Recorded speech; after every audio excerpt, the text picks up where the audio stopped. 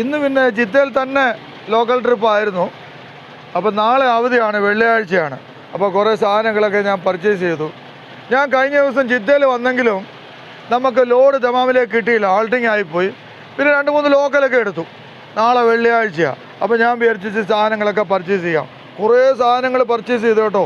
ഇത്രയും സാധനം പർച്ചേസ് ചെയ്തപ്പോൾ 62 റിയാലായി. നമ്മുടെ ഇവിടെ ഒരു കടയുണ്ട് കുമരയിൽ കേട്ടോ. ഞാനിപ്പോൾ കുമരയിലാണ്. ഇവിടെ ബ്രദേഴ്സ് മെഗാ സ്റ്റോർ എന്ന് പറഞ്ഞൊരു സ്റ്റോറുണ്ട്, മലയാളി ചേട്ടന്മാർ നടത്തുന്നതാണ്.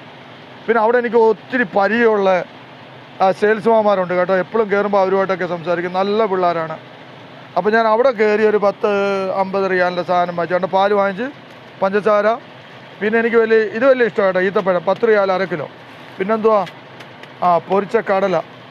പിന്നെ ഇത് നമ്മൾ കൊല്ലത്തൊക്കെ ഞങ്ങൾ കപ്പലുണ്ടെന്നാണ് പറയുന്നത്, പിന്നെ കടലെന്നും ആൾക്കാർ പറയും.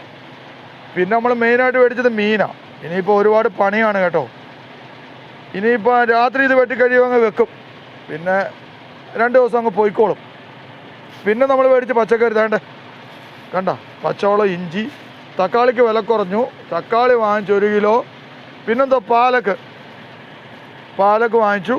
അത് ദാലുമായിട്ട് ഇട്ട് വെക്കാം, കറി പോലെ വെക്കാൻ നല്ല ടേസ്റ്റാണ്. പിന്നെ കുറേ ഉള്ളി വാങ്ങിച്ചു.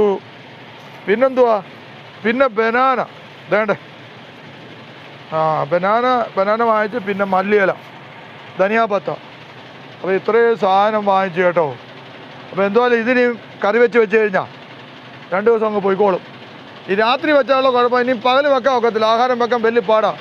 നല്ല ചൂട് തുടങ്ങി ജിദ്ദയിലൊക്കെ കേട്ടോ, ഭയങ്കര ചൂടാണ്. അപ്പം രാത്രിയിലൊക്കെ ഇവനെ ഒന്ന് വെച്ച് ആഹാരം കഴിച്ചിട്ട് കിടന്നുറങ്ങണം. അപ്പം ഞാനിപ്പോൾ കുമരയിലുണ്ട് കേട്ടോ. ആയിക്കോട്ടെ.